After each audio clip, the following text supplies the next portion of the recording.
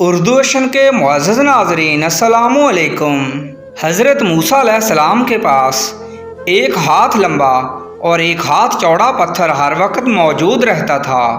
اس مبارک پتھر سے ایک معجزہ بھی منسوب ہے۔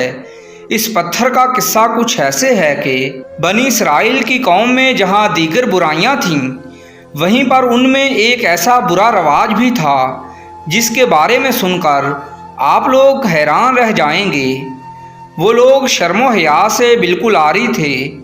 ان کے ہاں غسل کرنے کا عجیب رواج تھا۔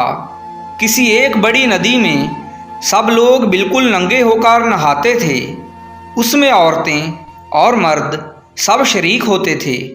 نہاتے وقت ایک دوسرے کے جسم کو دیکھنا ان کے لیے کوئی عجیب بات نہیں تھی، بلکہ اس بات کو وہ اس لیے اچھا سمجھتے تھے کہ ایک دوسرے کو اپنا بے عیب جسم دکھا کر وہ اس بات کی داد وصول کرتے کہ ہمارا جسم بالکل صاف ہے، اس میں کوئی داغ نہیں ہے۔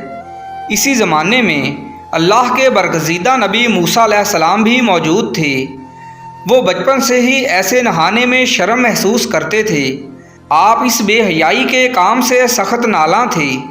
اسی لیے موسیٰ علیہ السلام جب بھی غسل فرماتے یا تو تنہائی میں کسی دور کی ندی پر چلے جاتے یا پھر تہبند پہن لیتے تھے۔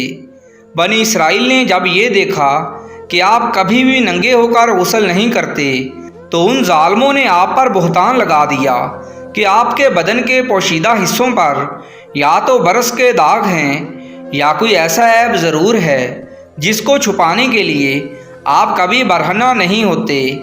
انہوں نے اس بات کا اتنا چرچا کیا کہ بات گلی کوچوں میں پھیل گئی۔ اس تہمت کا اثر موسیٰ علیہ السلام پر اتنا شدید ہوا کہ آپ بڑی کوفت اور اذیت میں مبتلا ہو گئے۔ تو خدا تعالیٰ کو اپنے برگزیدہ نبی کی یہ پریشانی کیسے گوارا ہو سکتی تھی؟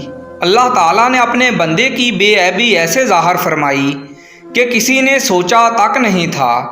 ہوا کچھ ایسے کہ ایک دن موسیٰ پہاڑوں کے دامن میں کسی ندی پر غسل کے لیے تشریف لے گئے۔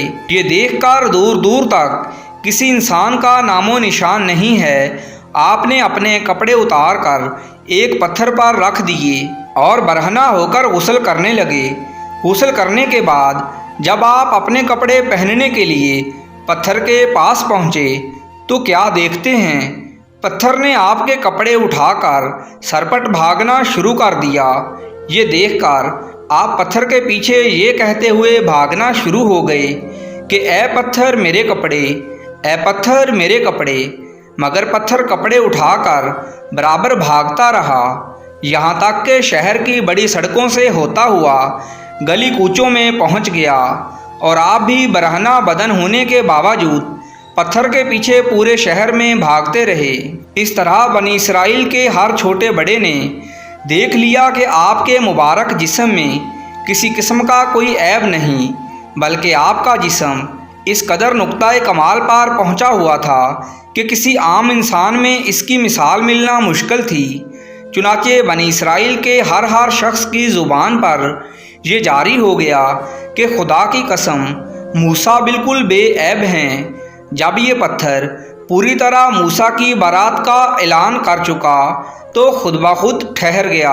اللہ تعالیٰ نے اس واقعے کا ذکر قرآن کریم میں ایسے کیا کہ اے ایمان والو، ان جیسے نہ ہو جانا جنہوں نے موسیٰ کو ستایا تو اللہ نے اسے بری فرما دیا اس بات سے جو انہوں نے کہی، اور موسیٰ اللہ کے یہاں آبرو والا ہے۔